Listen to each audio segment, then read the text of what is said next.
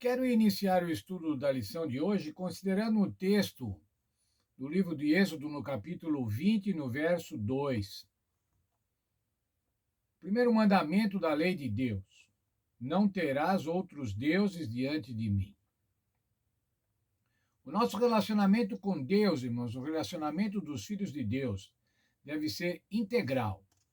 Nós devemos estar integralmente relacionados com Deus. E mais ainda, ele deve ser exclusivo.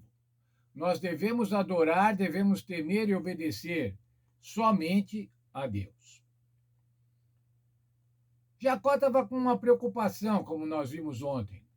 Após Simeão e Levi terem cometido aquele desatino de matar os homens siquemitas, ele estava preocupado. Veja lá, Gênesis 35, 30. Ele estava preocupado em ser atacado pelos outros povos. E ele disse assim: somos pouca gente, e se eles se juntarem e vierem contra mim, serei destruído, eu e minha casa. Ele estava preocupado agora com a integridade da sua família, com a permanência da sua família naquele lugar onde os seus filhos, Simeão e Levi, tinham feito uma coisa tão má, uma coisa tão reprovável.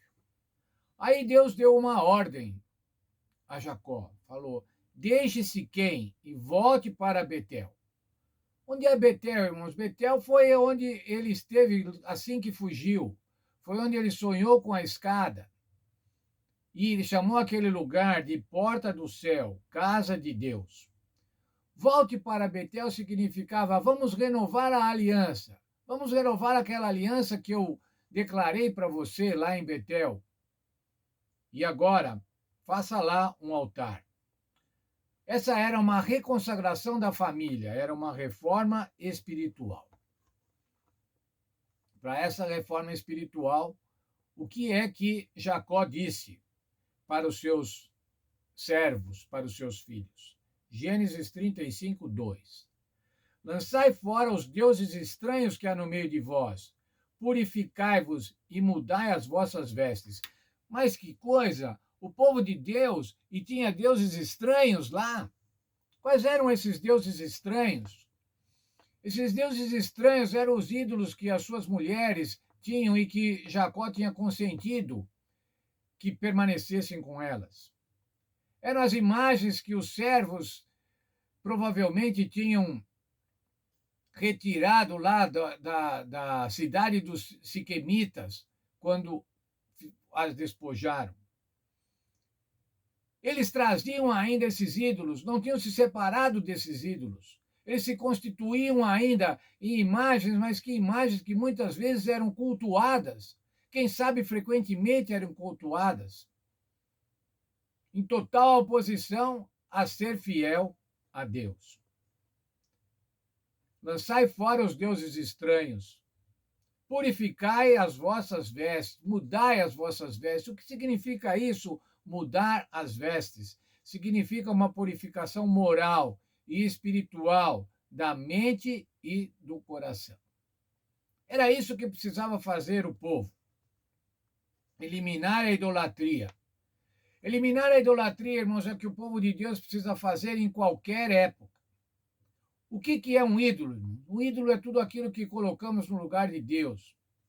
Ídolo é tudo aquilo que toma o nosso tempo, aquele tempo que poderíamos dedicar a Deus. Ídolos podem se apresentar de todas as formas. Veja só, quais são os nossos ídolos hoje? Quem sabe, irmãos, o maior ídolo hoje é o dinheiro. Quem sabe também em todas as épocas. Mas o poder, a beleza física. Quantas pessoas despendem tempo e tempo com a beleza física? Em cultuar a beleza física, em querer ter um físico perfeito, bonito, esteticamente bonito, deixando de lado tempo para Deus. Mas ainda a cultura acadêmica pode ser um Deus, um ídolo colocado no lugar de Deus. A arte, a comida, as drogas, a bebida, quanta coisa, irmãos. Eu diria modernamente, quem sabe você está colocando como Deus o YouTube, o Instagram e outros aplicativos que tomam o tempo de você, o tempo que você deveria estar aprendendo mais sobre o plano de Deus, aprendendo mais sobre o plano da salvação, dedicando-se mais a ajudar o próximo. Jacó chegou em Betel, quero ler ainda antes, quero ler o texto da página 116 da nossa lição. O arrependimento consiste em mais do que uma mudança física de um lugar para outro ou de uma igreja para outra. O mais importante é que busquemos, pela graça de Deus, eliminar a idolatria do nosso coração, independentemente de onde vivemos, pois podemos fazer ídolos de praticamente todas as coisas. Você não vai fazer fazer a vontade de Deus só porque você muda de igreja, só porque você vai aos cultos. Não, você tem que eliminar, assim como eu, temos que eliminar a idolatria. Bem, ele chegou em Betel com a sua família e agora edificou um altar e foi novamente abençoado. O Senhor o abençoou novamente, ratificou a bênção. Gênesis 35, 10 a 12. Lembrou para ele: você não se chama mais Jacó, você se chama Israel. Você não é mais enganador, mas você é um príncipe de Deus.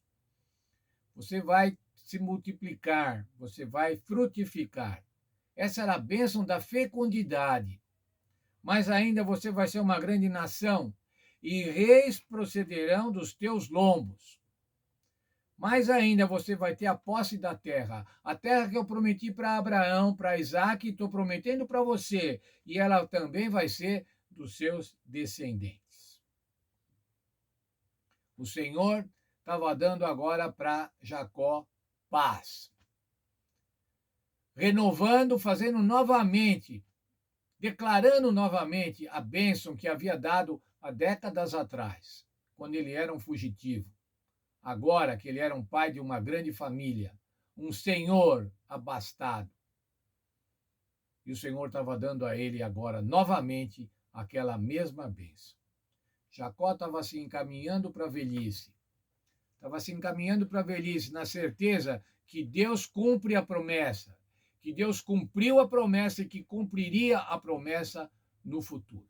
Amanhã nós vamos ver ainda mais um evento da vida de Jacó, agora na velhice.